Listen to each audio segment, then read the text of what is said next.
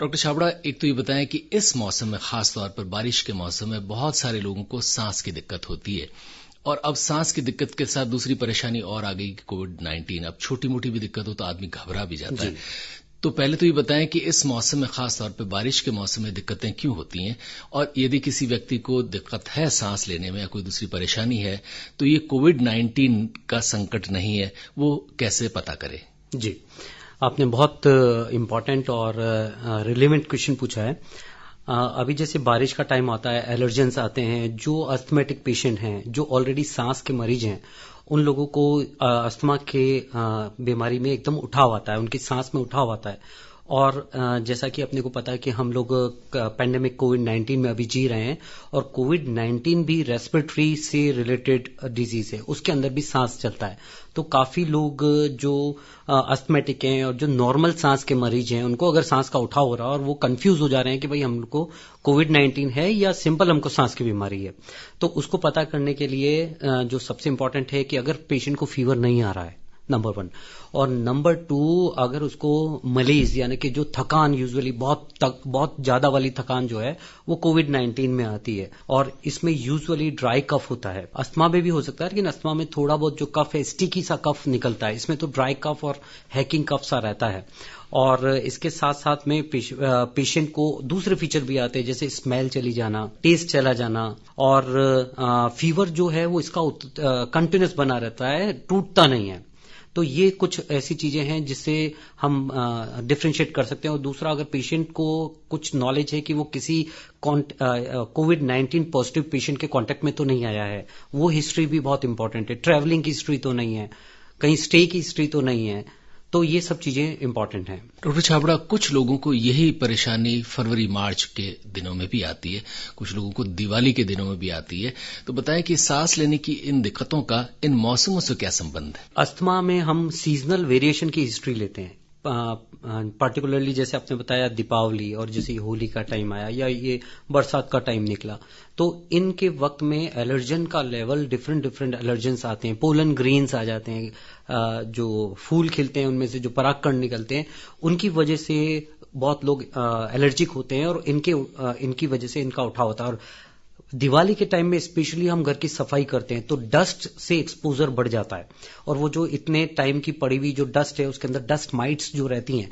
जब सफाई करते हैं तो इन्वायरमेंट में आती है और हमारी सांस की नली के थ्रू जाती है, तो वो एक्सर्बेशन करती है, यानी कि सांस का उठाव बढ़ाती है। इसलिए इन चीजों इन वक्त पे, और मार्च के वक्त में पोलन ग्रेन्स मैक्सिमम होते हैं, फूल खिलते हैं उस वक्त, तो ये इसलिए उन समय पर अस्थमा का एक्सर्बेशन यानी अस्थमा का उठाव ज्यादा होता है। डॉक्टर छाबड़ा, थोड़ा सा यहाँ ये भी पता करें कि सामान्य व्यक्ति में थोड़ी बहुत सांस लेने में दिक्कत हो सकती है, खांसी हो गई हो, जुकाम हो गया हो, या हो सकता है कि किसी आदमी को बचपन में निमोनिया वगैरह हुआ हो, या लंग्स थोड़े से उसके इस तरह से कमजोर हो जी, और एक व्यक्ति को थोड़ी सी ज्यादा है, कैसे वो व्यक्ति पता करे कि वो अस्थमेटिक है या नहीं? जी, ये बहुत इंपॉर्टेंट सवाल है, क्योंकि क्या होता है कि अस्थमा की सीवियरिटीज होती हैं, जैसा आपने बताया कि हल्का खांसी है या हल्का सांस है, बचपन में निमोनिया है, तो ऐसे में अगर पेशेंट बचपन में भी अस्थमा का पेशेंट है, फिर वो ठीक हो जाता है, फिर वापस थोड़ा बहुत शुरू होता है, तो वो कैसे पहचाने कि वापस मुझे अस्थमा हुआ है या मुझे अस्थमा ही है? तो इसको पहचानने के लिए 3 फीचर होते हैं, खांसी, श्वास और छाती में टाइटनेस का फील होना। ये इसके 3 कार्डिनल फीचर्स हैं। अगर पेशेंट को ये सब कुछ है तो एक बार जरूर सोचना चाहिए कि मुझे अस्थमा हो सकता है। और इंपॉर्टेंट बात है कि ये सीजनल वेरिएशन होना चाहिए, बीच बीच में एसिम्प्टोमेटिक पीरियड आता है, यानी कि पेशेंट बिल्कुल ठीक होता है। और एक और बीमारी होती है जिसको हम सीओपीडी बोलते हैं। अगर पेशेंट को कंटिन्यूस सांस चल रही है, कंटिन्यूस खांसी है और कम ज्यादा हो रही है, लेकिन ठीक बिल्कुल नहीं हो रही है, तो ये अस्थमा नहीं है, ये सीओपीडी है।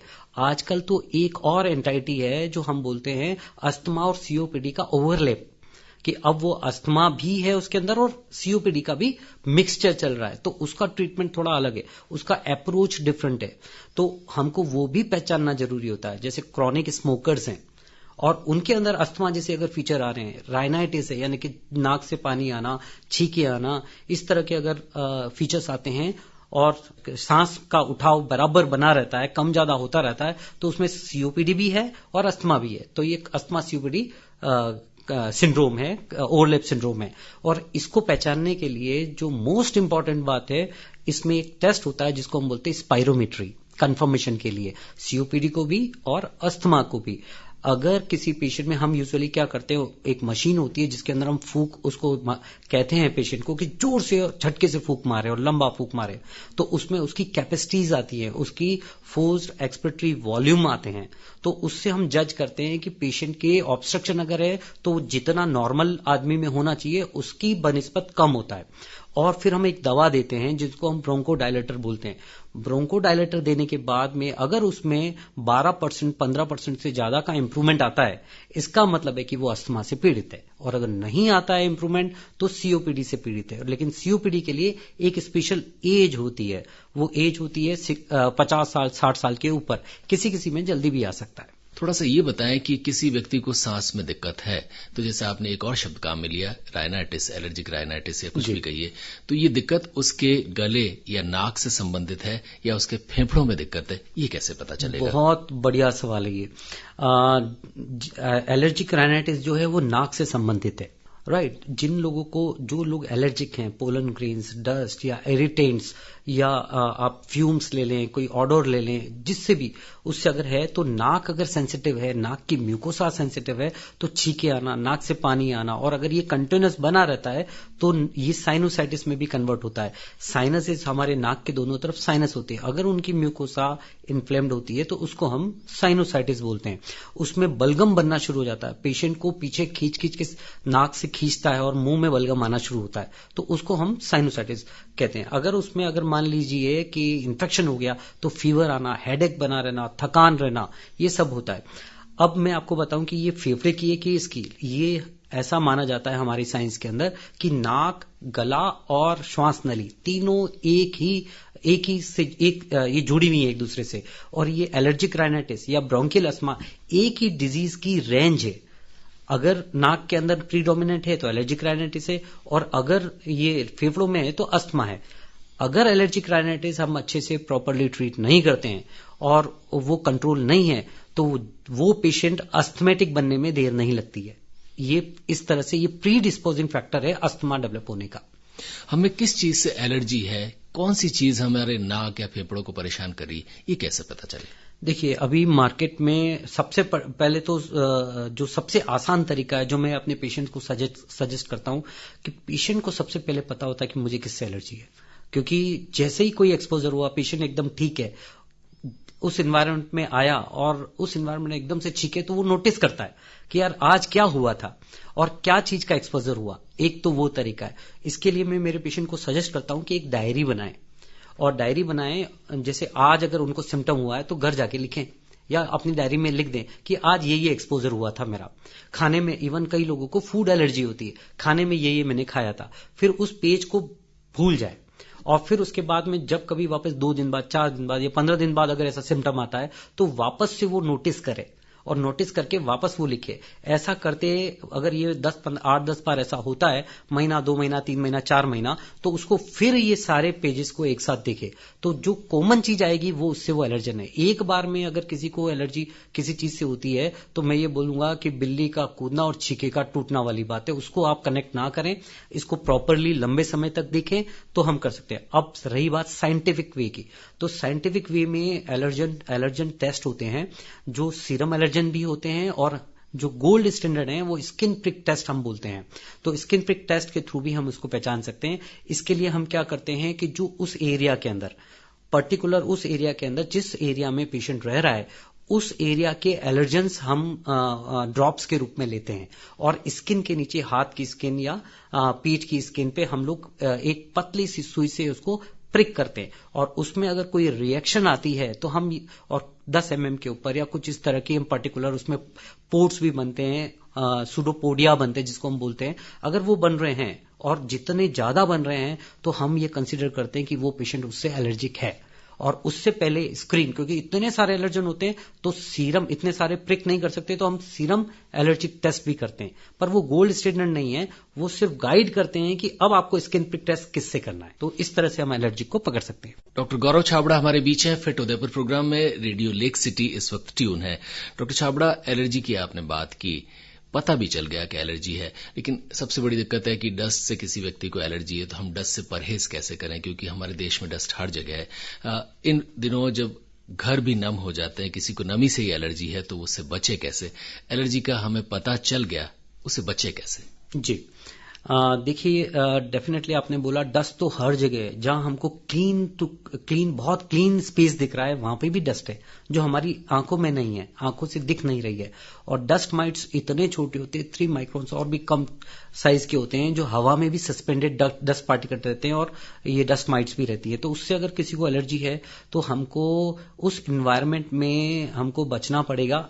किस तरह से बच सकते हैं? जैसे जो हमारे बेड हैं उनको रिपीटेडली हम गर्म पानी के अंदर जो धोए जा सकते हैं, और जो नहीं धोए जा सकते हैं उनको हमको एक कवरिंग आती है जिससे ये डस्ट बाहर नहीं आती है, तो उन कवरिंग के अंदर रखें, धूप दिलवाएं उनको, और हमको क्लीनिनेस रखें। जैसा कि बताया कि आपने कि इस वक्त बरसात का मौसम होता है और थोड़ा गीलापन घर के अंदर रहता है, फंगल आ जाती है, तो उस फंगल को हमको क्लीन करना बहुत जरूरी है, उसका ध्यान रखना बहुत जरूरी है। अगर किसी पेशेंट को अगर इससे है तो दरवाजे खिड़कियां और ये खुले रखें, नॉर्मल एयर का वेंटिलेशन रखें, दरवाजों को बंद ना रखें। तो ये सब चीजें हम कर सकते हैं। डॉक्टर छाबड़ा, थोड़ा सा ही बताएं कि गांव के लोग, खासतौर पर गरीब लोग, उनकी रिहाइशों में बहुत सारी दिक्कतें होती है। जिनका कच्चा घर है उनके तो घर में सीधी बरसात आ पाती है। बताएं कि ये लोग बचाव कैसे करें? देखिए अगर उनके घर में बरसात आना इशू नहीं है, लेकिन अगर पानी जमा रह गया, गीलापन रह गया, तो दिक्कत शुरू हो जाती है। फंगल इन्फेक्शन हो गया तो कुछ गांव के लोगों में इस तरह का रहता है, वो घर लीप करके बनाते हैं। तो वो लोग अपने घर को जल्दी से जल्दी, जैसे ही सूखापन आ जाए तो उसको जो फंगस अगर आ गई उसको खुरेच के निकाल दें, और खुरेच के निकाल के वापस उसको अच्छे से लीपा करें। या फिर कलर, कुछ भी सिंपल कलर, उनके यहाँ तो बहुत सारी चीजें अवेलेबल रहती हैं। तो बस मुझे पर्सनली ऐसा लगता है कि गरीबी बीच में नहीं आती है। अगर कुछ चीज बीच में आता है तो लैक ऑफ इंफॉर्मेशन और लैक ऑफ अवेयरनेस आती है। तो अगर उनको अवेयर किया जाए कि इसका इतना नुकसान है तो वो उसके 10 रास्ते आराम से ढूंढ करके उसका उपाय कर सकते हैं। और वो तो खुले में, वैसे भी गांव के लोग जो होते हैं घरों में कम रहते हैं, खुले में ज्यादा रहते हैं, तो वो हमसे ज्यादा स्वस्थ रहते हैं। इस मामले में उनको एलर्जी कम रहती है। डॉक्टर छाबड़ा, आपने एक शब्द का इस्तेमाल किया, फंगस। दरअसल ये चर्म रोगों से संबंधित फंगस तो सुनी गई है, लेकिन फंगस का क्या हमारी सांस या स्वास्थ्य से या फेफड़ों से भी कोई रिश्ता है? जी बिल्कुल है। देखिए स्किन पे जो फंगस आती है वो उसके लिए तो जो स्किन के डॉक्टर होते हैं वो मलहम वगैरह लगाते हैं, लेकिन जो फंगस के स्पोर्स या फंगस श्वास नली के थ्रू हमारे फेफड़ों में चली गई तो वो हमारे श्वास नली में और फेफड़ों में कॉलोनाइज हो जाती है, वो वहां पर अपना घर बना लेती है, और उससे हमारा शरीर का जो इम्यूनिटी है, यानी ये फंगस आपकी श्वास नली में भी जा सकती है। बिल्कुल, और वहां कॉलोनाइज रहती है और हमारा शरीर उससे रिएक्ट करता रहता है और उसमें हाइपर सेंसिटिव रिएक्शंस करता है। उसकी वजह से हमें जो हमारी श्वास नली है वो सिकुड़ती है और हमारे को पेशेंट को सांस लेने में तकलीफ होती है। एक बीमारी है जिसका नाम है एबीपी है, एलर्जिक एस्परजिलोसिस पल्मोनरी एस्परजिलोसिस करके जो है, एस्परजिलस जो फंगस है उसके कारण जो होती है वो, उसमें हमको एंटी फंगल ड्रग का भी देना पड़ता है और हमको सबसे पहले पहचानना पड़ता है कि ये फंगल डिजीज तो नहीं है, इसकी वजह से सांस तो नहीं चल रहा है। तो ये बहुत कॉमन है। ये मरीज को या आम आदमी को कैसे पता चले कि वो उसके श्वास नली में कहीं फंगस की समस्या तो नहीं है? जी, जैसे समझे आप कि कोई ब्रोंकियल अस्थमा पेशेंट है, एडिक्वेट ट्रीटमेंट पे चल रहा है और डॉक्टर ने प्रॉपर ट्रीटमेंट दे दिया, उसके बाद भी वो पुअर कंट्रोल्ड है, यानी कि उसको अस्थमा उतना कंट्रोल नहीं आ रहा है, तो हम लोग सबसे पहले तो क्या करते हैं, उनकी टेक्निक चेक करते हैं, डायग्नोसिस एस्टैब्लिश करते हैं। ये जो बेसिक स्टेप्स हैं वो तो हम करते हैं और एडिक्वेट करते हैं डोज। उसके बाद भी अगर पेशेंट को आराम नहीं आ रहा है तो वो अपना टेस्ट कराए एलर्जिक, जैसे एस्परजिलस के लिए जो मैंने बोला एलर्जिक ब्रोंकोपल्मोनरी एस्परजिलोसिस, तो उसके लिए स्किन प्रिक टेस्ट होता है। अगर एलर्जन पॉजिटिव आ रहा है तो हमको उस तरफ, और कुछ और भी क्राइटेरियाज हैं, मेजर और माइनर क्राइटेरियाज जिनको हम बोलते हैं। सीरम आईजी लेवल भी बड़ा होता है और इसके अलावा इओसिनोफिलिक सेल्स भी जो होती हैं हमारे शरीर के अंदर, जो एलर्जिक की सेल्स होती हैं, वो भी अगर बढ़ी हुई हैं तो कुछ इस तरह के, और एक्सरे में निमोनिया, और निमोनिया भी अलग अलग टाइम पे अलग अलग जगह पर दिखता है, तो ये फंगल की वजह से जो शेडोज होती हैं एक्सरे के अंदर, वो माइग्रेटिंग शेडोज आती हैं, तो वो भी एक इंडिकेशन है डॉक्टर की नजर में कि इसको अंदर फंगस है। और इवन हम स्पुटम में जो बलगम बन रहा है, अगर उसमें हम माइक्रोस्कोप के नीचे देखेंगे तो डिफरेंट फंगस हम देख सकते हैं। तो इस तरह से पहचाना जा सकता है। फिट उदयपुर के मेहमान डॉक्टर गौरव छाबड़ा। डॉक्टर छाबड़ा, थोड़ी सी बात करते हैं निमोनिया की। आम बीमारी है, निकालो या कुछ भी कहिए, बच्चों में भी होता है और बड़े भी इससे ग्रसित हो जाते हैं, और खासतौर पर अब जब ठंड है और धीरे धीरे बढ़ेगी तो इसमें दिक्कतें बढ़ जाती है। ये निमोनिया न हो और हो गया हो तो इसका क्या दुष्प्रभाव हमारे बच्चे या बड़े के शरीर पर पड़ता है? जी देखिए, अभी जो सीजन है, ऑलरेडी हम कोविड-19 पैंडेमिक इरा में जी रहे हैं। उसमें इनिशियली जो कोरोना वायरस है वो नाक से और हमारे गले से एंटर होता हुआ लंग्स में जाता है, वो भी निमोनिया करता है। और दूसरी इन्फेक्शंस जो हैं, जो नॉर्मली हम इससे पहले भी, पैंडेमिक से पहले भी देखते थे, वो भी निमोनिया करते हैं।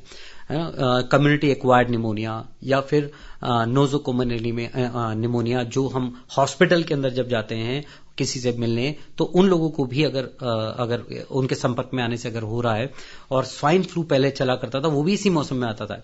तो ये सब निमोनिया के जो कॉज हैं, सबसे पहले डॉक्टर के पास जाएं अगर आपके पास फीवर है। स्पेशली इस इरा के अंदर आपको अगर ड्राई कफ हो रहा है, फीवर हो रहा है, सांस लेने में तकलीफ आ रही है, तो आप तुरंत डॉक्टर के पास जाएं।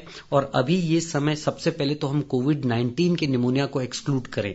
कोविड-19 का RT-PCR जो गोल्ड स्टैंडर्ड है, वो टेस्ट किया जाता है। अगर वो नेगेटिव है तो सबसे जो सेंसिटिव टेस्ट है वो आज की डेट में CT स्कैन है। तो CT स्कैन भी स्पेशल CT स्कैन है, जो लो डोज रेडिएशन वाला CT स्कैन करना चाहिए, नॉन स्पाइरल CT स्कैन। तो उसके अंदर अगर पेशेंट को बैकग्राउंड हिस्ट्री है और CT स्कैन के अंदर डिफरेंट लोब्स में अगर ग्राउंड ग्लास ओपेसिटी, यानी कि बहुत फैंसी ओपेसिटी जो यूजुअली कई बार एक्सरे में नहीं दिखती है, और या निमोनिया कंसोलिडेशन जिसको हम निमोनिया बोलते हैं वो हो, या फिर इंटरस्टिशियल थिकनिंग हो, तो ये रेडियोलॉजिस्ट बहुत अच्छे से पहचानते हैं। तो वो अपना एक स्कोर देते हैं, CT सीवियरिटी स्कोर, जो आउट ऑफ 25 दिया जाता है। तो उसके अकॉर्डिंग अगर जिसका जितना सीवियरिटी है, उसके आधार पर हॉस्पिटलाइजेशन का भी प्लान करना चाहिए।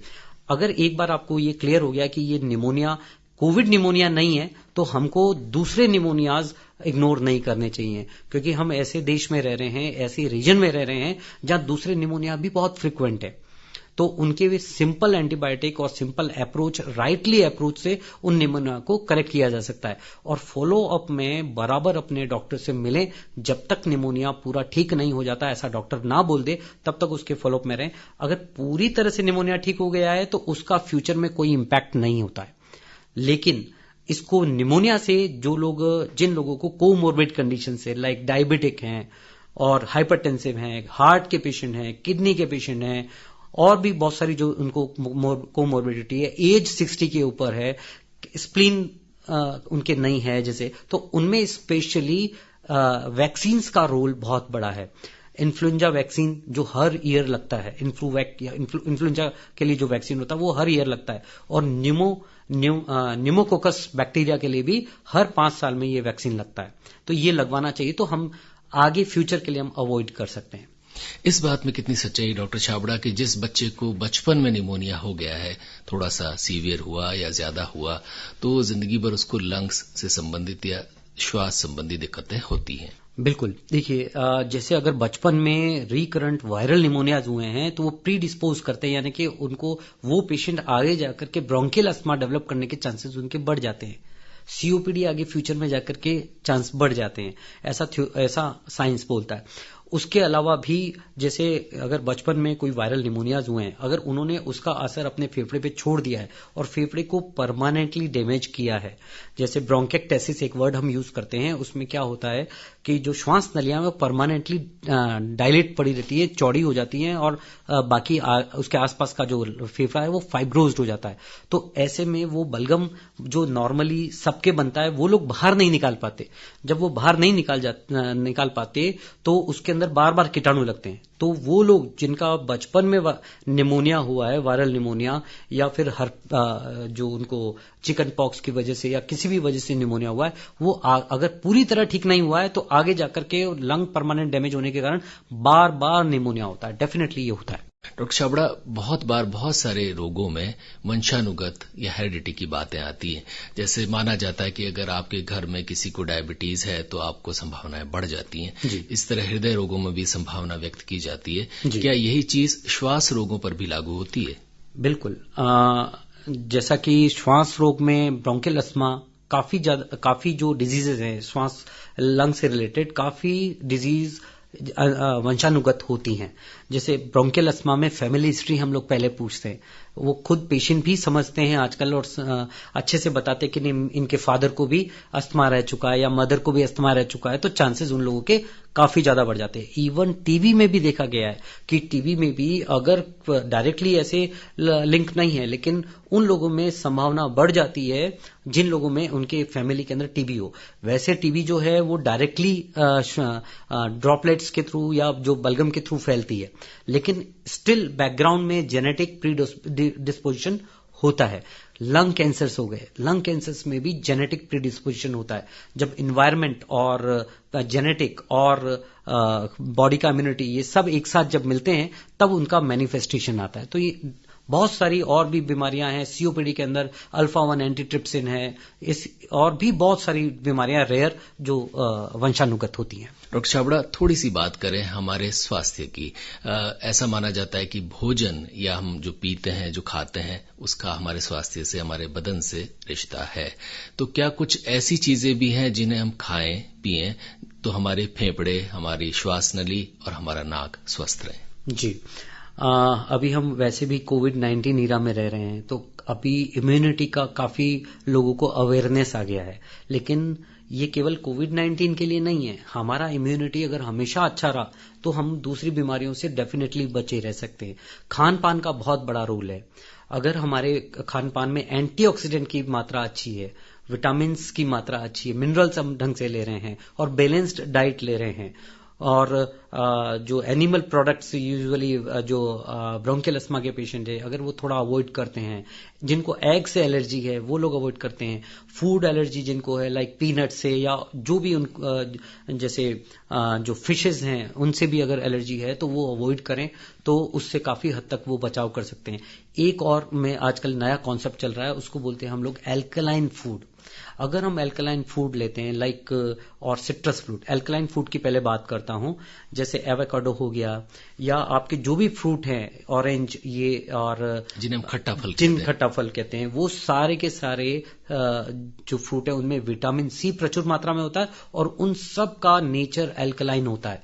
और ये माना गया है, अभी इनमें आंवला भी शामिल है डॉक्टर? आंवला भी शामिल। आंवला तो प्रचुर मात्रा में विटामिन सी का सोर्स है, और जिनमें ये सारे फ्रूट एल्कलाइन भी होते हैं। तो मैं थोड़ा सा ये बताना चाहूंगा कि जितना हमारा अभी नया रिसर्च है, जितना हमारा बॉडी एल्कलाइन की तरफ जाएगा उतना हमारा बॉडी स्वस्थ रहेगा, और जितना हमारा एसिडिक की तरफ जाएगा, जैसे कोल्ड ड्रिंक्स हैं और जो सोडा है, काफी लोग सोडा भी पसंद करते हैं, कोल्ड ड्रिंक्स हैं, और इवन जो हमारे जो पानी है, पानी भी एसिडिक अगर है तो वो भी हम अगर उसको अल्कलाइन कर सकें तो हमारे लिए बहुत फायदेमंद हो सकते हैं। तो ये सब चीजें अवॉइड करनी चाहिए। जितना हम इसको अवॉइड करेंगे हम स्वास्थ्य की तरफ जाएंगे। फास्ट फूड्स हैं, वो उसके अंदर जो प्रिजर्वेटिव यूज करते हैं, वो सारी की सारी चीजें जो हैं हम लोगों को रेस्पिरेटरी एज वेल एज दूसरी बीमारियों की तरफ ढकेलते हैं, तो इनको अवॉइड करना चाहिए। कौन कौन से खाद्य पदार्थ आप उन लोगों को सुझाव देंगे जिन्हें सांस की दिक्कतें हैं? जैसा कि मैंने बताया कि उनको एल्कलाइन फूड, फ्रूट्स, रो फ्रूट्स, ज्यादा से ज्यादा मौसमी फ्रूट्स खाएं, विटामिन सी से प्रचुर फूड खाएं, और जितना हो सके तली गली भुनी चीजें ये जितना अवॉइड हो सके वो करें, और आजकल तो ये तक बोला गया कि वीट भी अवॉइड करें।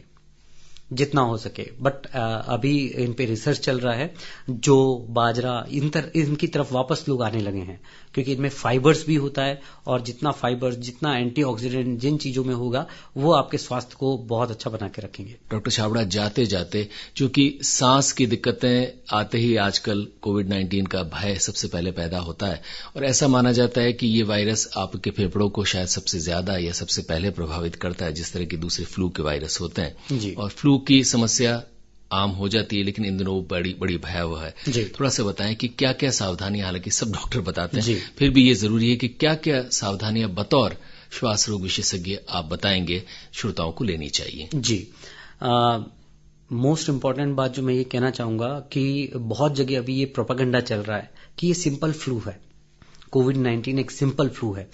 डेफिनेटली एक फ्लू की तरह आता है। 80% लोग जो है माइल्ड सिम्टम के साथ अपने आप ठीक हो जाते हैं, लेकिन जो 20% लोग हैं, उन लोगों में ये मॉडरेट टू सीवियर डिजीज के रूप में आता है। उनमें से भी 5% लोगों को उनको इंटेंसिव केयर यूनिट में सपोर्ट की जरूरत पड़ती है और आगे की दवाइयों की जरूरत पड़ती है। तो मैं अपने उदयपुर वासियों से और मेरे दोस्तों से ये कहना चाहूंगा कि इसको इतना लाइटली ना लें, क्योंकि ये फ्लू तो है, बट ये बहुत फास्ट फैलता है, जैसा कि हम सारा डेटा देखते हैं।